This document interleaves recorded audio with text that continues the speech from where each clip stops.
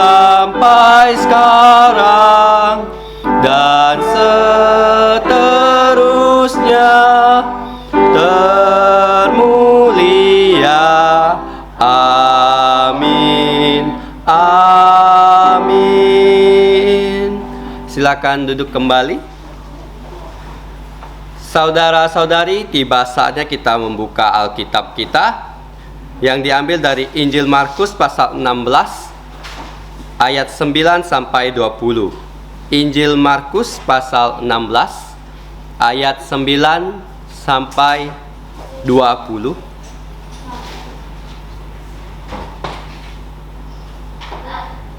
Kita akan membaca ayat ini secara bergantian.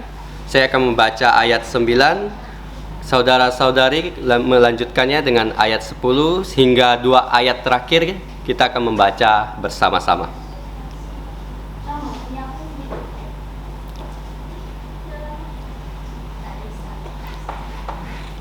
Mari kita memulai. Injil Markus pasal 16 ayat 9 sampai 20. Setelah Yesus bangkit pagi-pagi pada hari pertama minggu itu, ia mula-mula menampakkan dirinya kepada Maria Magdalena. Daripadanya Yesus pernah mengusir 7 setan. Lalu perempuan itu pergi memberitahukannya kepada mereka yang selalu mengiringi Yesus dan yang pada waktu itu sedang berkabung dan menangis. Tetapi ketika mereka mendengar bahwa Yesus hidup dan telah dilihat olehnya, mereka tidak percaya.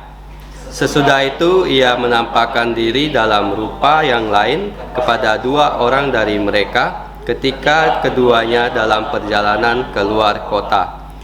Lalu kembalilah mereka dan memberitahukannya kepada teman-teman yang lain, tetapi kepada mereka pun teman-teman itu tidak percaya. Akhirnya ia menampakkan diri kepada ke-11 orang itu ketika mereka sedang makan, dan ia mencela ketidakpercayaannya dan kedilan mati mereka, oleh karena mereka tidak percaya kepada orang-orang yang telah melihat dia sesudah kebangkitannya. Lalu ia berkata kepada mereka, "Pergilah ke seluruh dunia, beritakanlah Injil kepada segala makhluk. Siapa yang percaya dan dibaptis akan diselamatkan, tetapi siapa yang tidak percaya akan dihukum. Tanda-tanda ini menyertai orang-orang yang percaya. Mereka akan mengusir setan-setan demi namaku. Mereka akan berbicara dalam bahasa-bahasa yang baru untuk mereka. Mereka akan memegang ular, dan sekalipun mereka meminum racun maut, mereka tidak akan mendapat celaka. Mereka akan meletakkan tangannya atas orang sakit, dan orang itu akan sembuh." Sama-sama. Sesudah Tuhan Yesus berbicara demikian kepada mereka, terangkatlah ia ke sorga, lalu duduk di sebelah kanan Allah. Mereka pun pergilah memberitakan Injil ke segala penjuru, dan Tuhan turut bekerja dan meneguhkan firman itu dengan tanda-tanda yang menyertainya. Amin. Saudara-saudari di dalam Tuhan Yesus Kristus yang saya kasihi, selamat malam. Allah kita itu Allah yang hidup dan yang benar. Dia hidup, dia dapat mendengarkan doa-doa kita, dan dia benar doa kita kalau sesuai dengan janji-janjinya pasti akan dijawab. Kita berdoa supaya Tuhan menurunkan hujan, dan sekarang hujan sedang turun. Kita terus berdoa supaya hujan merata di Indonesia agar asap dari pembakaran hutan dapat dipadamkan. Mari kita kembali mencoba menghafal ayat hafalan tadi. Injil Markus 16 ayat 20. Injil Markus 16 ayat 20. 1, 2, 3. Mereka pun pergilah dan memberitakan Injil ke segala penjuru, dan Tuhan turut bekerja meneguhkan firman dengan tanda-tanda yang menyertainya. Amin. Mari kita berdoa.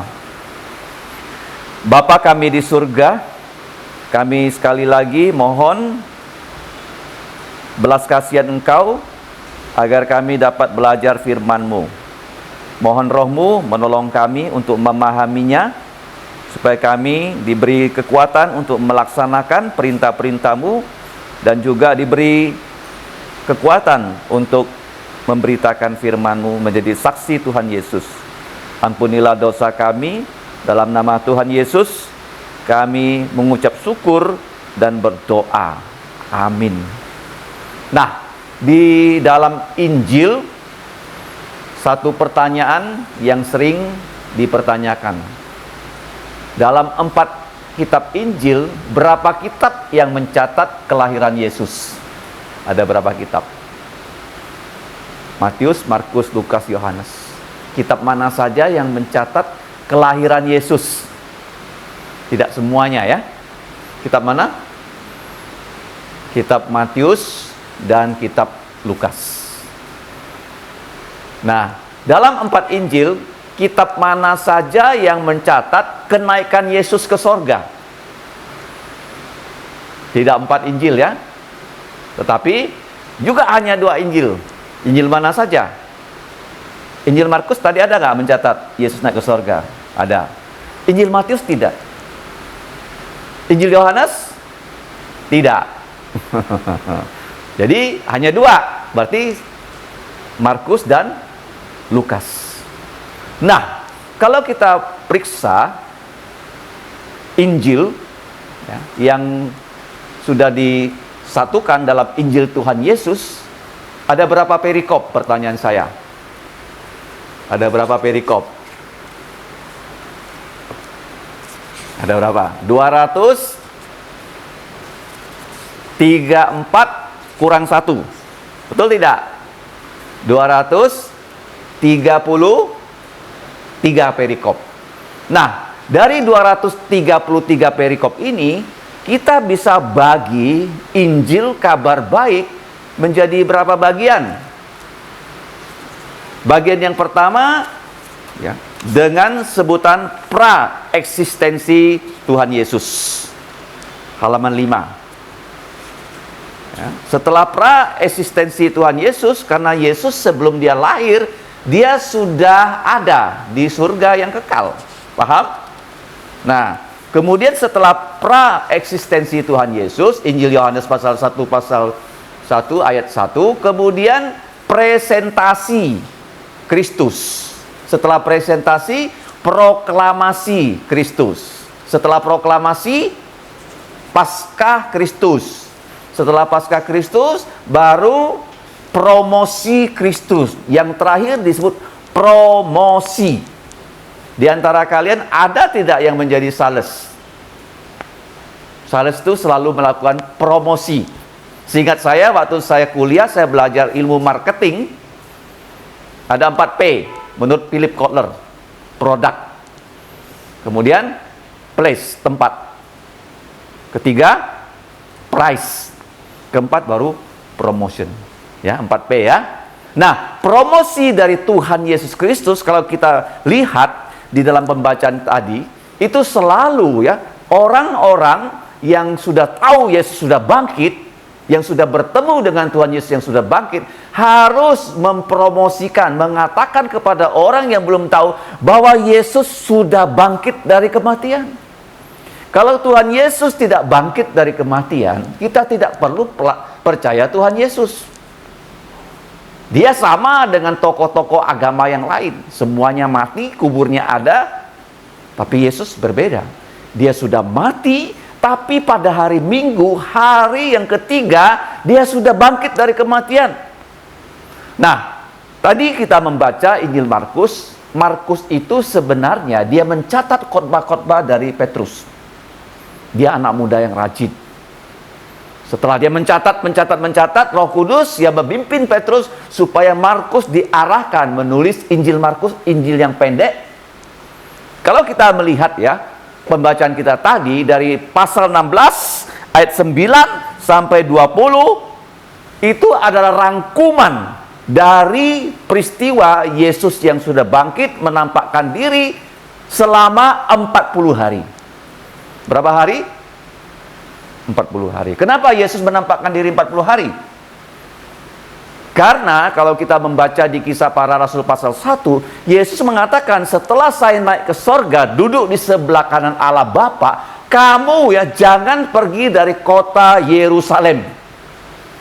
Dan murid-murid itu berdoa di kota Yerusalem, di ruang atas seperti kita sekarang ini. Dan ruang atas itu lebih besar daripada ruang atas tempat kita sekarang berkebaktian matahari terbenam. Bisa muat 120 orang. Mereka berdoa di situ. Dan Yesus mengatakan, pada hari turunnya Roh Kudus, kamu akan menerima kuasa. Dan kamu akan menjadi saksi aku, yang mulai dari Yerusalem, Yudea, Samaria, sampai ke ujung bumi. Kamu bayangkan ya, orang-orang Israel yang belum pernah kemungkinan ke luar negeri, akan diutus oleh Yesus pergi sampai ke ujung bumi. Kamu tahu nggak, bumi ini tak ada ujung. Kami baru pergi ke Tugu Katulistiwa. Kita berada di kota satu-satunya di Indonesia ya, yang dilewati garis Katulistiwa. Garis Katulistiwa itu adalah garis lintang atau bujur. Lintang ya. Nah, lintang, kamu lihat ya, kalau lintang tidak ada kutubnya. Kalau bujur, ya seperti ini bujur ya, utara selatan itu ada kutubnya, kutub utara, kutub selatan. Kalau timur barat itu nggak ada jaraknya. Artinya bumi ini sebenarnya tidak berujung. Tetapi pada saat Yesus melayani, ujung bumi itu ada di mana? Ada di kota Roma. Ada di mana? Kota Roma. Jadi kalau kita melihat ya, Yesus ya, kalau dia bekerja selalu ada polanya. Waktu sebelum dia melayani, sesudah dibaptis, dia berpuasa 40 hari 40 malam. Waktu dia sudah bangkit, dia menampakkan diri juga 40 hari lamanya. Karena waktu dia sudah naik ke sorga, dikatakan duduk di sebelah kanan Allah Bapa. Makanya kalau orang mati, kamu tidak boleh, dia sudah mati, dia sudah diterima di sisinya Allah. Tidak ada orang di sisi Allah loh. Hanya Yesus loh. Itu kalimat yang salah. Tidak ada orang di sisinya Allah. Hanya siapa yang di sisi Allah? Tuhan Yesus loh. Itu kalimat kurang ajar apa? Diterima di sisi Allah. Emangnya kamu siapa bisa di sisi Allah Bapa? Nggak ada. Ya, jangan harap kamu berada di sisi Allah. Kamu nanti di sorga berada di pangkuan Abraham. Makanya selalu kita kembalikan teologi kita dalam Alkitab. Seperti tadi saya sudah ingatkan saudara Michael, kalau membaca Injil Markus diakhiri dengan kata amin. Karena hanya ada 2 kitab, ya 3 kitab di Perjanjian Baru yang tidak ada kata amin. Nah, Yesus dia menampakkan diri selama 40 hari sebanyak 10 kali. Berapa kali? Nah, makanya saya tadi membagikan Injil Tuhan Yesus. Membagikan apa? Injil Tuhan Yesus. Supaya kita bisa mengingat dalam 40 hari Yesus berulang-ulang kali menampakkan diri kepada muridnya selama 10 kali. Mari kita periksa. Yang pertama, itu bukan kepada Maria Magdalena, tapi kepada rombongan wanita. Karena wanita tahu di mana Yesus dikubur, mereka pagi-pagi sudah pergi ke kubur. Jadi waktu mereka sampai di kubur, melihat kubur itu kosong, berjumpa dengan malaikat, mendapatkan perintah dari malaikat supaya memberitahu kepada murid-murid yang lain bahwa Yesus sudah bangkit. Dia sudah tidak ada di sini. Jangan cari orang hidup di tempatnya orang mati. Dia sudah tidak ada di kubur ini, dia sudah bangkit. Kasih tahu pada semua murid supaya kembali ke Galilea, berkumpul di situ, berjumpa Yesus di Galilea. Itu berita pertama dari malaikat kepada semua orang muridnya yang sedang mencari Yesus. Tidak ada muridnya yang berharap Yesus itu bangkit. Semua mereka berpikir Yesus masih mati. Bahkan mereka datang ke kubur membawa rempah-rempah untuk meminyaki tubuh Yesus supaya jangan busuk. Jadi waktu rombongan wanita ini, mereka tidak bertemu dengan Yesus, kuburnya sudah kosong, batunya sudah terguling, bertemu dengan malaikat, baru Yesus datang bertemu dengan mereka. Tetapi di antara rombongan itu ada seorang wanita yang pernah ditolong Yesus karena dari dirinya diusir 7 setan. 7 apa? Kenapa roh jahat itu gelarnya setan? Kenapa nama mereka itu iblis? Setan artinya dia menentang Tuhan. Dia melawan Tuhan. Dia tidak mau lagi menyembah Tuhan, tapi dia menyembah kepada Lucifer. Itu yang pertama. Iblis, apa bedanya iblis dengan setan? Iblis artinya jahat. Dia bolos, jahat. Bagaimana kejahatan iblis? Dia selalu mau membunuh manusia dengan cara membohongi manusia. Makanya di dunia ini begitu banyak agama. Untuk apa? Untuk membohongi manusia, supaya manusia percaya kepada agama, tapi akhir-akhirnya waktu dia mati, agama tidak bisa menyelamatkan manusia. Bagaimana kejahatan iblis? Membunuh dengan berbohong. Jadi waktu rombongan ini tidak bertemu dengan Yesus yang sudah bangkit, Maria Magdalena cepat-cepat pergi, ya, sesuai dengan pesan malaikat, ke kota. Dia memberitahukan kepada siapa? Petrus dan Yohanes bahwa Yesus sudah bangkit.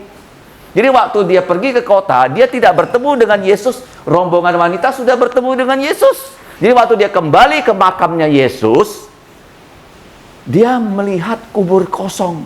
Dan dia melihat Yesus yang dianggapnya sebagai tukang kebun. Jadi dia bertanya pada Yesus, kalau engkau tukang kebun, engkau yang mencuri mayat Yesus, kembalikan mayat itu kepada saya. Dia masih tidak berpikir Yesus itu sudah bangkit. Baru Yesus memanggil nama dia, Maria.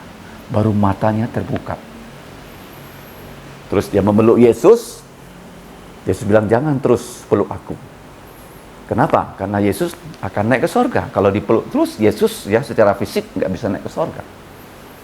Maria Magdalena bertemu dengan Tuhan Yesus. Yang ketiga siapa? Menurut saya itu Petrus. Ya, jadi Petrus ya, dia bertemu dengan Yesus secara pribadi. Jadi waktu dia pergi ke kubur Yesus bersama Yohanes ya, mereka berdua berlari, tapi Yesus itu Petrus itu kalah lari karena dia lebih tua daripada Yohanes. Yohanes sampai dulu, dia sampai belakangan, tapi waktu dia sampai belakangan, tahu ya Petrus sendiri, Yohanes gak berani masuk ke kubur yang kosong, dia masuk. Dan dikatakan oleh Alkitab, Tuhan Yesus menampakkan diri kepada Petrus seorang diri. Coba kita buka ya di Injil Tuhan Yesus, penampakan yang di sini dikatakan yang keempat, tapi saya beri nomor 3 ya, 24 perikop, menampakkan diri kepada Petrus pada hari Minggu. Nah, penampakan Yesus yang keempat itu kepada siapa? Kepada 2 murid yang sedang berjalan ke kota Emmaus.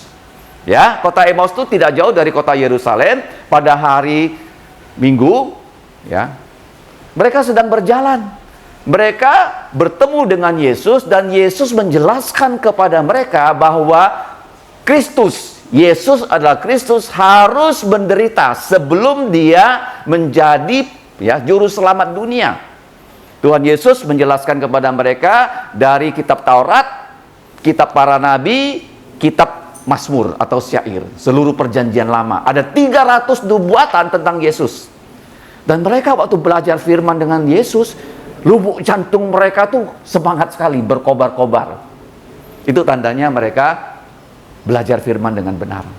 Tetapi waktu mereka sudah sampai di kota Emmaus, ya, Yesus itu pura-pura mau pergi. Mereka bilang, jangan, ini sudah malam, ya, bisa nginap bersama kami. Jadi waktu mereka sampai di rumahnya, mereka menyajikan makanan untuk Yesus. Yesus memecah roti, baru mata mereka terbuka. Oh, ini Yesus ya. Dan mereka tak jadi makan, mereka cepat-cepat kembali ke Yerusalem, memberitahu Yesus sudah bangkit. Selalu ya, kata kuncinya apa? Memberitahu Yesus sudah bangkit. Yang kelima, murid-murid itu takut, ya, ada 11 murid berada di ruang atas, pintu terkunci, Yesus masuk bertemu dengan mereka. Yesus mengatakan kepada mereka, Shalom, Mereka bertemu dengan Yesus. Yesus tidak perlu lagi ketuk-ketuk pintu, langsung dengan tubuh mulia bisa sampai di situ, dan Yesus setelah itu pergi, nggak perlu lagi ya buka pintu, turun tangga. Karena sudah punya tubuh mulia. Kita nanti akan punya tubuh mulia seperti itu. Tapi tubuh mulia yang harus kita miliki harus juga tidak bisa berdosa. Kalau bisa berdosa bahaya sekali kan? Tiba-tiba saya bisa masuk ke ruangannya, ya, safety box-nya banknya Michael kan, duitnya saya bawa, ya kan? Kalau tubuh saya mulia, tapi masih bisa berdosa, betul tidak? Tiba-tiba saya muncul di dekatnya Pak Jokowi, pengawalnya bingung nih, pas pampresnya di mana nih kok orang bisa masuk? Tubuh mulia harus tubuh yang tidak bisa berdosa, baru tidak bisa membahayakan orang. Jadi Yesus bertemu dengan 10 murid, tetapi di situ tidak ada Thomas. Tidak ada apa? Thomas. Yang keenam, Yesus bertemu dengan 11 murid, di sana sudah ada Thomas. Thomas itu diberitahu Yesus sudah bangkit, dia nggak percaya. Dia mengatakan, sebelum tangan saya mencucukkan jari saya ke lobang-lobang tempat pakunya Yesus, lambungnya Yesus, saya tidak akan percaya. Dan Yesus tahu kata-kata Thomas, nggak perlu dikasih laporan karena dia Allah Maha Tahu, Maha Hadir, Maha Kuasa. Jadi waktu dia datang, Thomasnya sudah ada, dia bilang sama Thomas, silakan cucuk tangan kamu. Thomas berani nggak? Nggak berani. Ya, jadi Yesus menampakkan diri kepada semua orang yang percaya di Israel. Sudah berapa kali? 6 kali. Kali ke-7, Yesus menampakkan diri kepada 7 murid. Nah, yang sedang mau menangkap ikan. 5 namanya ada, 2 namanya tidak ada. Siapa yang menggagas penangkapan ikan? Kalau kita buka, tidak lain tidak bukan, orang itu bernama Petrus. Petrus sudah kembali ke Danau Galilea, ke Laut Galilea. Dia mengatakan, aku mau pergi menangkap ikan. Karena dia pemimpin, ada orang yang ikut dia pergi menangkap. Yang pergi menangkap ada 5 orang disebut namanya. Siapa saja mereka? Thomas. Thomas itu disebut Didimus. Didimus artinya orang kembar. Orang apa? Kembar. Kemudian Nathanael. Kemudian 2 putra Zebedius. Siapa mereka? Yakobus dan Yohanes. Jadi 5 bersama Petrus. Mereka pergi menangkap ikan. Petrus sudah diperintahkan, kamu dari penangkap ikan, aku buat menjadi penangkap manusia. Dan dia sebenarnya menjadi penangkap manusia, tapi dia 3 kali menyangkal Yesus. Waktu dia menyangkal Yesus, ya sudah kita pelajari bukan? Dia merasa malu sekarang mau ikut menjadi murid Yesus. Yesus itu datang kembali ke Danau Galilea, dan Yesus itu bertanya 3 kali kepada Petrus, apakah engkau mengasihi aku Petrus melebihi semuanya ini? Nah, Tuhan Yesus bertanya pada dia dengan kata agape, agapau. Petrus tidak berani menjawab dia. Dia mengasihi Yesus dengan kasih agapau. Dia mengatakan, engkau tahu bahwa aku memfilio, mengasihi engkau dengan kasih filio. Terus perintah Yesus 3 kali juga, gembalakanlah. Yang pertama, anak-anak domba.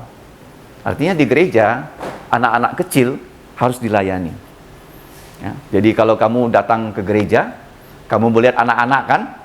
Nah, mereka pada saat menyanyi, mereka tidak menyanyi. Kamu harus bukakan buku supaya mereka menyanyi.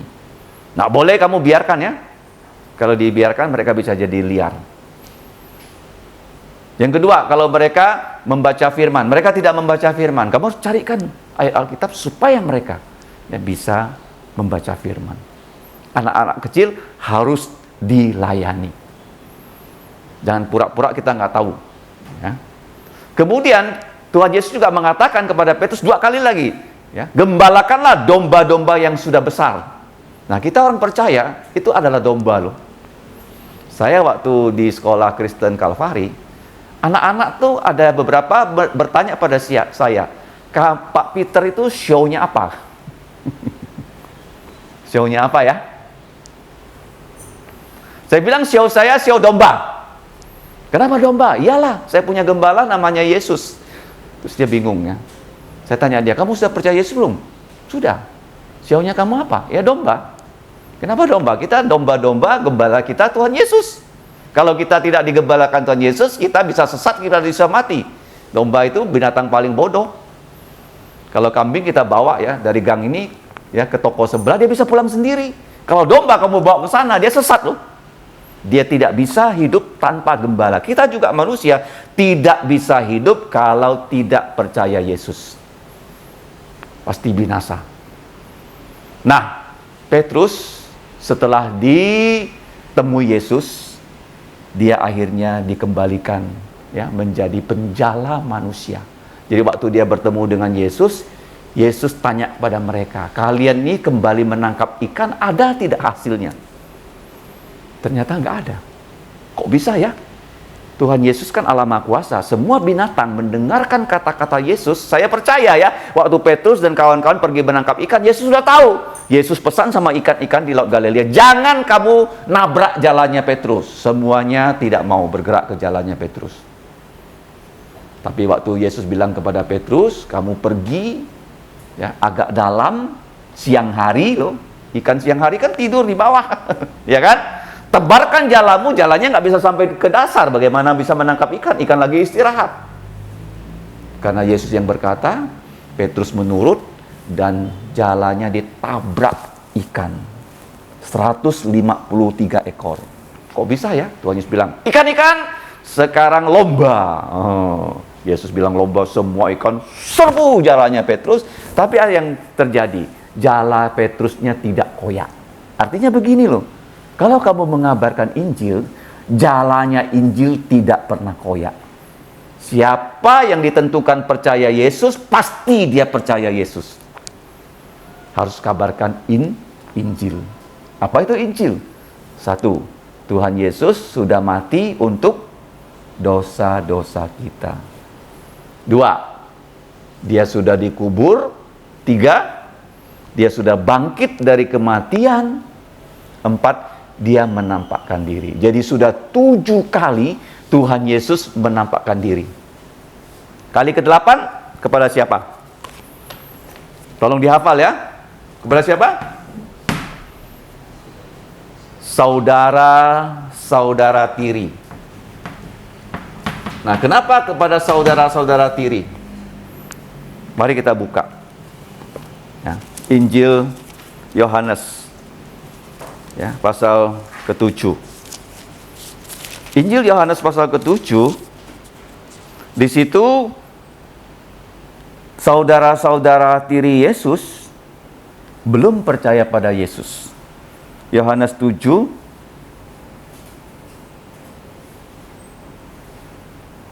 ayat 5. Mari kita baca sama-sama. Sebab saudara-saudaranya sendiri pun tidak percaya kepada Yesus. Ini membuktikan bahwa kita membawa orang percaya Tuhan Yesus itu bukan pekerjaan yang singkat, pekerjaan yang mudah. Tapi pekerjaan itu harus kita lakukan sampai orang itu mati atau sampai kita mati. Jadi Yesus ya, setelah dia bangkit dari kematian, dia menampakkan diri kepada putra-putra dari Maria dan Yusuf yang bernama Yakobus, Yudas, ya, Yoses dan Simon. Di mana ayatnya? Kita baca dalam kitab 1 Korintus. Ya. 1 Korintus pasal 15. Dia menampakkan diri kepada murid-muridnya, kepada Kefas. Kemudian pasal 15 dia juga menampakkan diri ya kepada adik tirinya yang bernama Yakobus. 1 Korintus 15 ayat 7. Mari kita baca sama-sama. Selanjutnya Yesus menampakkan diri kepada Yakobus ya, kemudian kepada semua rasul. Siapa Yakobus di sini? Bukan Rasul Yakobus, tapi Yakobus adik tirinya yang di Yohanes pasal 7 belum percaya pada Yesus. Ya. Jadi kita lihat ya, Tuhan Yesus ya, sampai adik-adiknya sudah usia 20 tahun lebih. Mungkin 30 tahun seperti Yakobus, belum percaya Yesus loh. Mengapa mereka percaya Yesus? Karena Yesus ya menampakkan diri, mereka melihat Yesus yang sudah bangkit dari kematian, mereka baru ya didorong oleh Roh Kudus percaya pada Tuhan Yesus. Kali ke-9 kepada 500 murid dan 11 rasul di Galilea. Karena Yesus selalu mengatakan kepada murid-muridnya, kalau kamu sudah tahu aku bangkit, sekarang kita berjumpa di Galilea. Dan mereka semua kembali ke Galilea karena begitu banyak murid Yesus yang berada di Galilea. Dan dikatakan oleh Alkitab ada 500 orang dalam 1 Korintus pasal 15. Ya, di situ ada 500 orang yang menyaksikan Yesus yang sudah bangkit. Dan pada saat itu di Galilea, waktu Yesus ya bertemu dengan 500 murid dan 11 rasul, Yesus memberikan yang namanya perintah agung, amanat agung. Apa itu amanat agung? Perintah kepada semua orang percaya supaya memberitakan Injil.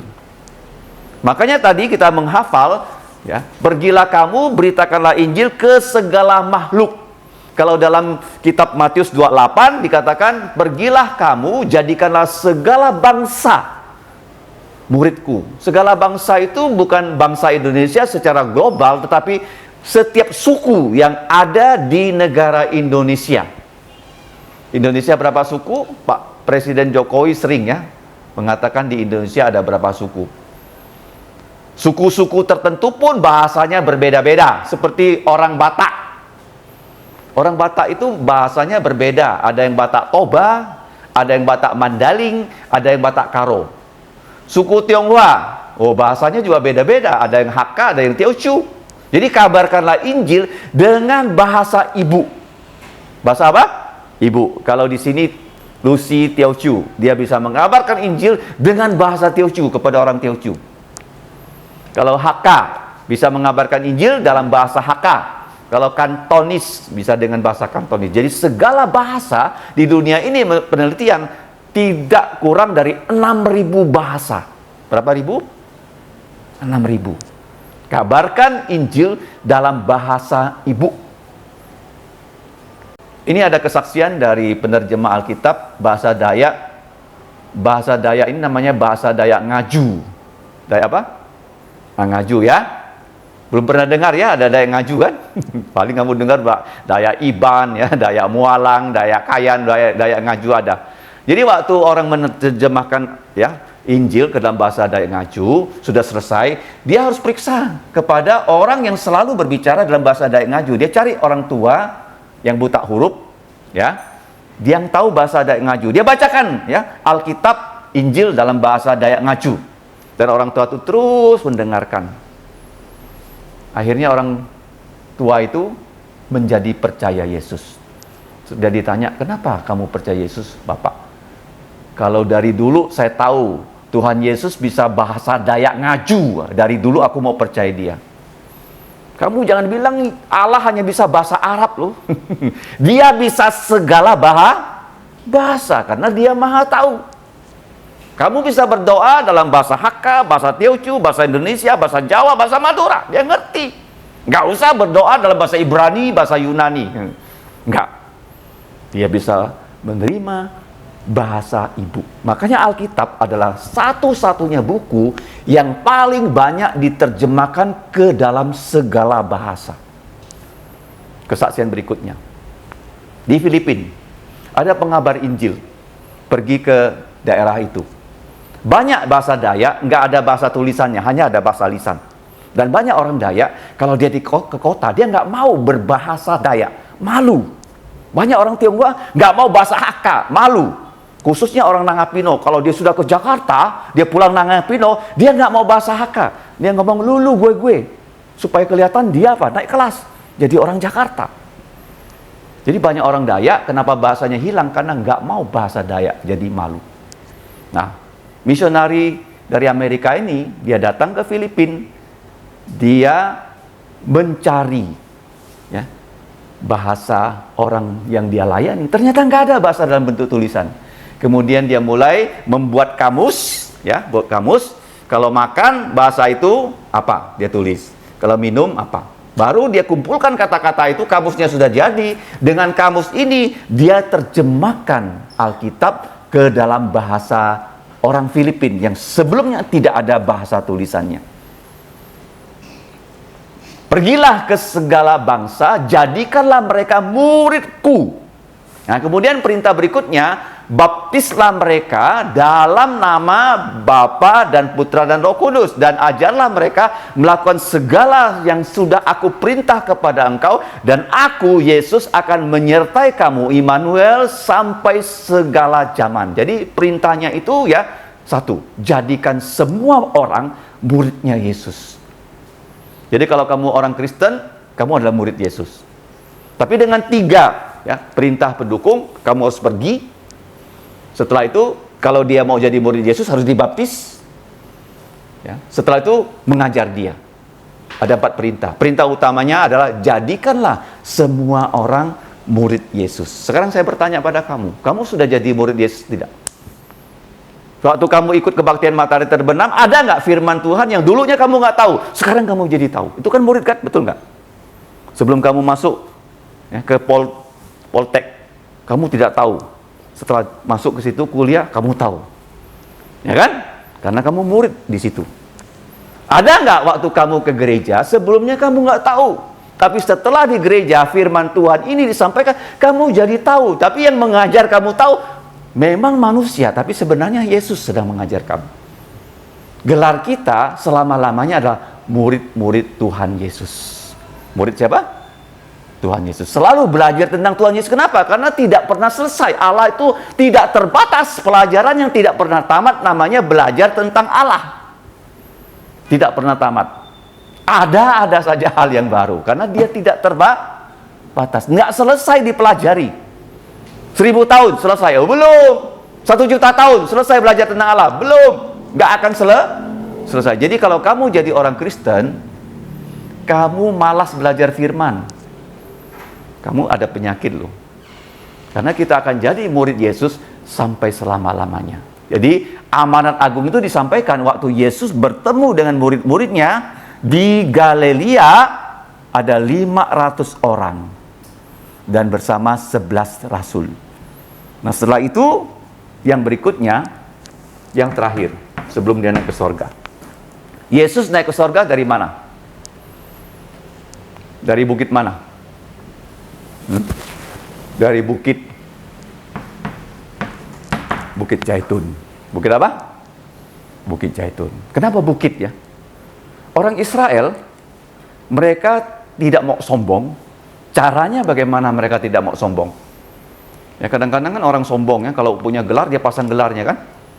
Yang gelarnya ini. Apalagi di Malaysia itu ada gelarnya Dato, Tan Sri, Tun dan sebagainya ya. Bahkan mereka beli itu gelar, keluar 1 M baru dapat gelar ini. Ya kan? Kamu tahu tidak? Ya, orang Yahudi supaya tidak sombong bagaimana caranya? Mereka memakai topi kecil. Topi apa? Topi kecil. Namanya kipa. Namanya apa? Kipa. Setinggi-tingginya kita, ada gunung yang tinggi. Gunung yang tinggi, ada Tuhan yang maha tinggi. Ingat baik-baik ya? Jadi orang, walaupun kita merasa diri kita sudah tinggi, ada yang lebih tinggi. Ya, mereka pakai topi namanya kipa. Jadi kalau kita baca Alkitab, dalam Mazmur 121, dikatakan, aku melayangkan mataku ke gunung-gunung. Dari mana pertolonganku? Pertolonganku datang dari Tuhan yang menciptakan langit dan bumi. Kenapa gunung? Karena orang Israel selalu diperintahkan supaya naik gunung, naik ke gunung Yerusalem, dan di Yerusalem itu banyak gunungnya. Selalu pertolongan Tuhan itu diberikan kepada manusia di atas gunung. Contohnya Gunung Sinai. Tuhan memberikan orang Israel hukum Taurat dan 10 hukum. Gunung apa namanya? Sinai. Di Gunung Karmel, nabi-nabi palsu dibunuh semuanya oleh Nabi Elia. Gunung apa lagi? Gunung Yesus berubah rupa, Bukit Transfigurasi. Di Yerusalem itu banyak gunung. Gunung yang tempat Bait Allah berdiri itu Gunung Moria. Tempat Abraham ya hendak menyembelih Ishak tapi nggak jadi. Nah, disediakan domba pengganti. Bukan Ismail yang mau disembelih itu, Ishak. Kemudian ada gunung apa lagi di Yerusalem? Gunung Zion, tempat tahtanya Daud. Ya, tahtanya Daud. Apalagi gunung di Yerusalem? Gunung Kalvari, tempat Yesus mati. Kemudian ada satu bukit, Bukit Zaitun, tempat Yesus berdoa di Taman Getsemani.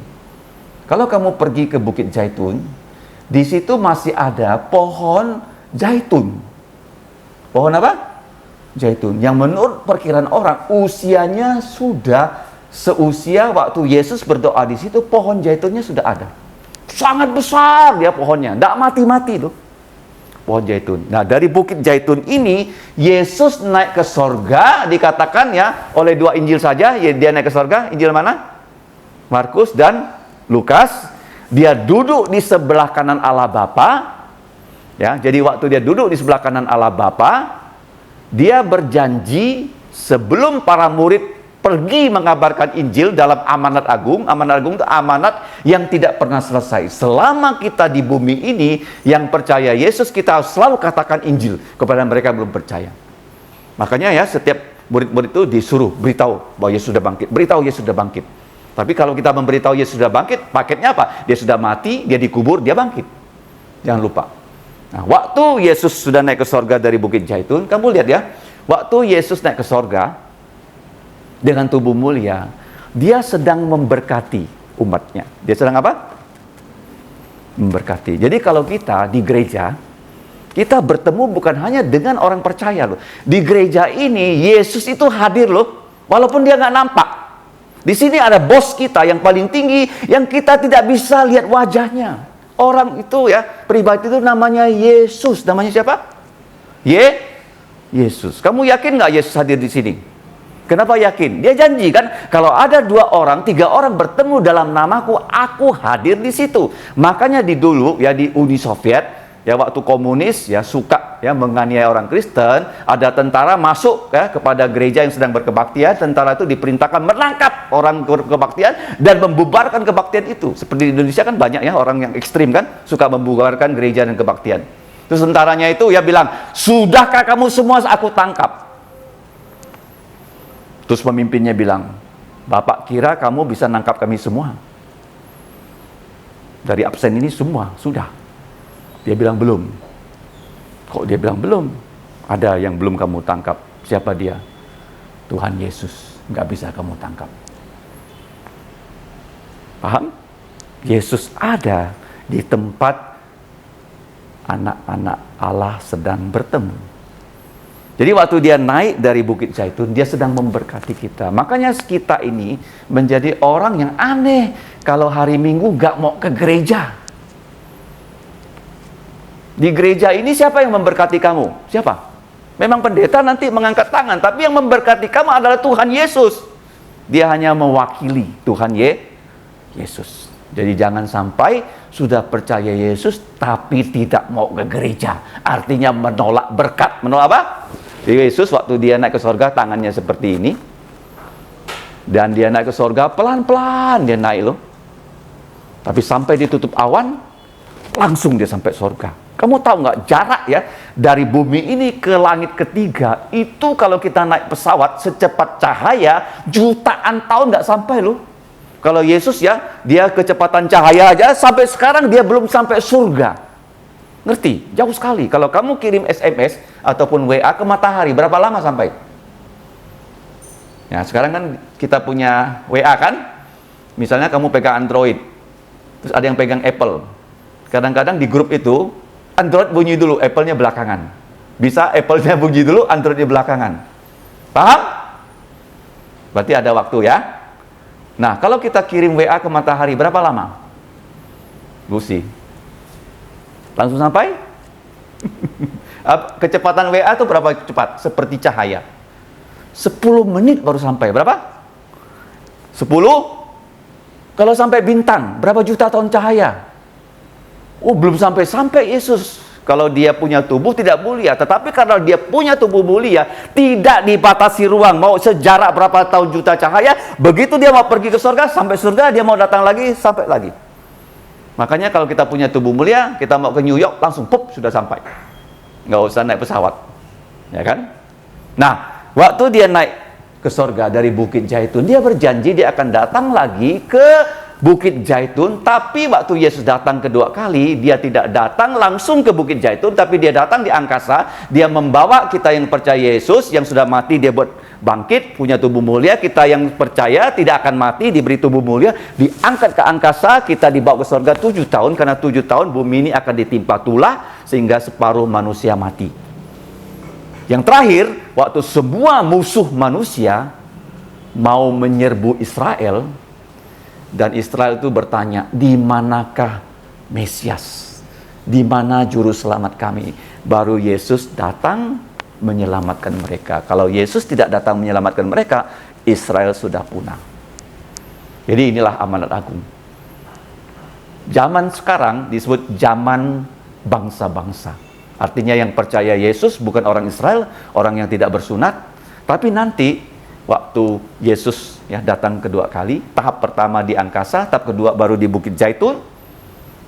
Waktu dia mengangkat gerejanya ke angkasa, yang jadi saksi di bumi, yang mengabarkan Injil, orang-orang Israel saja. Jumlah mereka itu 144.000 orang. Setiap suku ada 12.000, jadi totalnya 144.000. Dan pada zaman itu, selama 7 tahun tribulasi, mereka bisa kabarkan Injil loh, dalam 7 tahun seluruh bumi. Kita sekarang susah sekali loh mengabarkan Injil. Dari rumah ke rumah. Berapa rumah di Pontianak? Berapa rumah yang bisa kita jangkau dengan Injil? Sangat-sangat susah. Tetapi dikatakan sebelum Yesus datang ke bumi ini, Injil akan dikabarkan di seluruh dunia. Kapan itu terjadi? Waktu gereja sudah diangkat, orang Israel ada 144.000 yang diangkat Yesus menjadi penginjil karena mereka sudah percaya Yesus. Mereka yang menjalankan amanat agung, mereka bisa kabarkan Injil ke seluruh dunia. Dan setelah itu, Yesus datang menjadi raja segala raja di Yerusalem. Mendirikan kerajaan 1000 tahun. Kenapa Yesus menampakkan diri 10 kali selama 40 hari? Kenapa? Karena hari ke-50 itu hari Pentakosta. Hari apa? Pentakosta. Penta itu 5, Kosta 10. Jadi Yesus setelah Paskah, dia tinggal di bumi selama 40 hari. Dia naik ke sorga, hari ke-10, hari turunnya Roh Kudus. Hari turun ke Kudus, hari keberapa? Pentakosta. Nah, sekarang saya kasih kamu satu clue ya. Pasca Yesus disalib, hari apa? Jumat. Yesus bangkit, Minggu. Pentakosta, Minggu. Yesus naik ke sorga, Kamis. Apa? Kamis. Karena Kamis hari ke-40, hari ke-50-nya Minggu. Coba hitung. Selalu hari Pentakosta jatuhnya hari Minggu. Hari apa? Hari kenaikan Yesus jatuhnya selalu hari apa? Kamis. Hari kebangkitan Yesus tiap Minggu, hari Minggu. Hari penyaliban Yesus Jumat. Hafalkannya 1, 2, 3. Yesus disalib hari apa? Jumat. Hari Yesus bangkit Minggu. Yesus naik ke sorga, pasti Kamis. Periksa kalendernya tahun depan. Pastikah Kamis. Walaupun tanggalnya berubah. Turunnya Roh Kudus, Minggu. Kenapa saya tahu Minggu? Saya sudah percaya Yesus, sudah 50 tahun lebih, tapi saya nggak tahu hari Pentakosta itu Minggu. Sampai satu hari, kami diberi kesempatan ke Jerman. Jadi pada hari terakhir, itu jatuhnya hari Minggu pertama, dan Seninnya doa puasa. Dan saya di Jerman tetap doa puasa. Waktu doa puasa, selesai doa puasa, hari berikutnya kami harus berangkat pulang ke Indonesia, lewat Frankfurt ke Singapura. Jadi Yunis mengundang kami makan di restoran Tionghoa. Dan hari itu, hari libur, hari Senin. Saya tanya dia, kenapa hari ini hari Senin libur? Dia bilang, iya kemarin itu hari libur, tapi diganti karena Minggu, diganti Senin. Saya bilang, hari libur apa? Hari libur turunnya Roh Kudus. Ternyata di Jerman hari Pentakosta, hari libur. Jatuhnya hari apa? Minggu, tapi diganti hari Senin. Kamu cek itu ya, bulan Juni, minggu pertama, Senin pertama, tahun Tuhan 2017. Baru dari itu saya tahu ya, hari Pentakosta pasti hari Minggu. Apa khususnya hari Pentakosta? Hari turunnya Roh Kudus, murid-murid itu langsung jadi saksi loh kepada seluruh orang Yerusalem. 3.000 orang percaya Yesus. Berapa ribu? 3.000. Dan itulah hari gereja perjanjian baru berdiri. Kalau kamu ditanya hari ulang tahun gereja, hari apa? Hari Pentakosta. Hari apa itu? Hari Minggu. Jadi kalau tiap minggu kita datang ke gereja, kita memperingati dua hal. Satu, kebangkitan Yesus. Dua, turun Roh Kudus. Sekaligus hari berdirinya gereja. Tiap minggu tuh gereja ulang tahun loh. Ya, jangan hari Minggu kamu nggak datang, menolak berkat, dan tidak memperingati hari lahirnya gereja. Itulah amanat agung. Jadi waktu murid itu menerima kuasa Roh Kudus, mereka sekarang berani jadi saksi. Ya, bisa berbicara dalam semua bahasa tanpa perlu belajar. Kemudian tanda-tanda menyertai para rasul. Mereka bisa mengusir setan, mereka bisa menyembuhkan segala penyakit, bahkan bisa membangkitkan orang mati. Itu hanya para rasul. Para apa? Sekarang nggak bisa lagi. Ya, pengabar Injil nggak bisa lagi dipakai langsung melakukan mujizat, nggak bisa. Tapi kita bisa apa? Tetap memberitakan Injil, dan orang percaya Yesus itu mujizat yang paling besar. Apa mujizat terbesar? Membawa orang percaya Yesus. Karena apa? Satu saat dia akan diberi tubuh mulia. Kalau dia mati, dibangkitkan. Kalau dia tidak mati, Yesus datang, dia diberi tubuh mulia. Jadi kita sudah belajar amanat agung adalah Yesus yang sudah bangkit. Dia menampakkan diri 10 kali. Tolong dihafal ya. Kali pertama siapa? Rombongan wanita. Kali kedua Maria Magdalena. Ketiga Petrus. Keempat 2 orang yang berjalan ke Emmaus. Kelima 10 murid. Keenam 11 murid. Ketujuh 7 murid di Laut Galilea. Kedelapan saudara tiri Yesus. Kesembilan di Galilea 500 murid. Amanat agung diperintahkan. Yang terakhir di Bukit Zaitun dia naik ke sorga di Yerusalem. Ya, jangan lupa terus ya kita mengabarkan Injil pada orang yang belum tahu bahwa Yesus sudah mati, sudah dikubur, sudah bangkit dari kematian. Dan kita percaya kalau kita tekun melakukannya, Tuhan akan berbelas kasihan untuk menggerakkan orang yang mendengarkan Injil supaya mereka percaya Yesus. Mari kita berdoa. Bapa kami di surga, kami bersyukur Tuhan Yesus, pemberita Injil terbesar, memberikan kami kesempatan untuk mengabarkan kabar baik tentang kematiannya, bahkan tentang penguburan dan kebangkitannya. Ya Bapa, kami minta Engkau menolong kami menjadi saksi-saksi Tuhan Yesus di keluarga kami, di mana saja Engkau menempatkan kami. Tolonglah ya Bapa, kami bisa memberitakan Injil dan berbelas kasihanlah supaya mereka mendengarkan Injil bisa percaya Yesus. Dengarkanlah doa kami, ampunilah dosa kami, dalam nama Tuhan Yesus kami berdoa dan berterima kasih. Amin. Mari kita tutup kebaktian matahari terbenam dengan berdiri. Kita akan memuji Tuhan, pujian kita yang terakhir. Kita akan menyanyi yaitu Kristus Bangkit, nomor 132. Yit Pak Samsip Nyisiu, Yit Pak Samsip Nyisiu, Kristus Bangkit, 132. Chu Fu Fan, 132.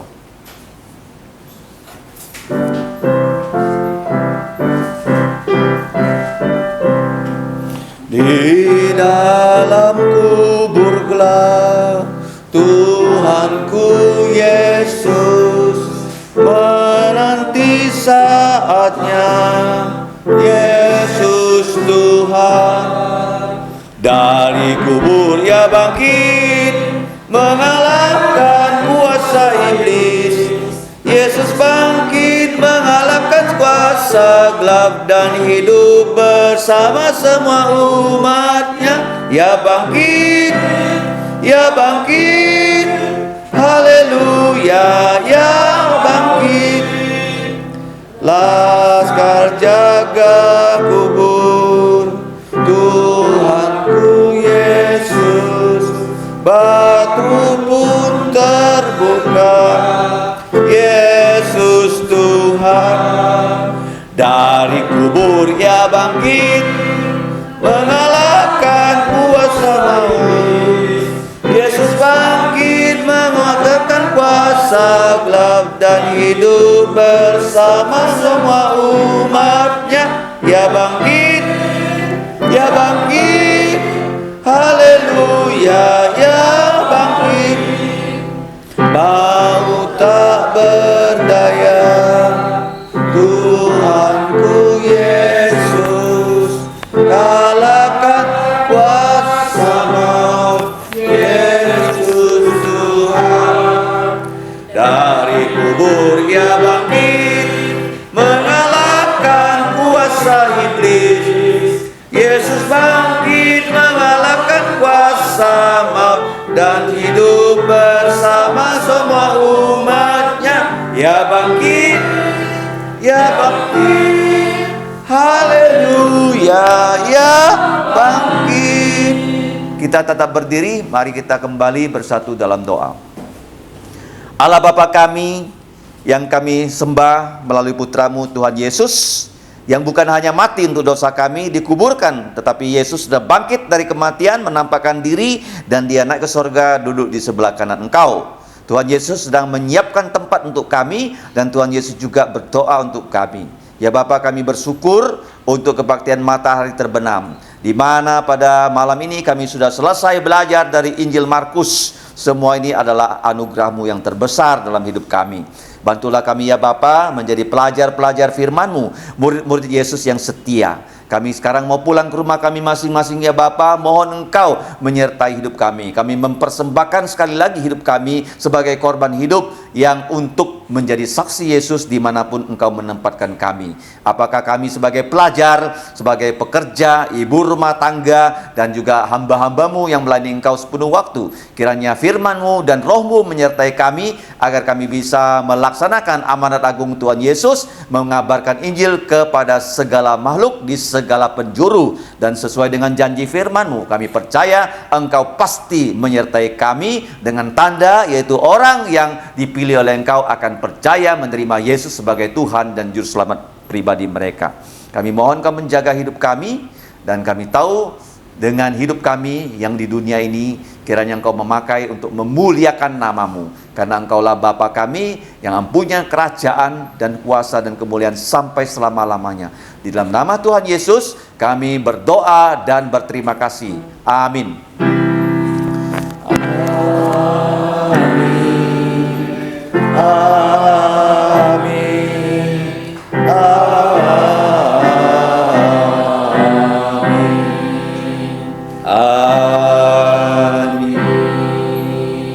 Silakan duduk, doa teduh. Tuhanmu menyertaimu dan melindungimu.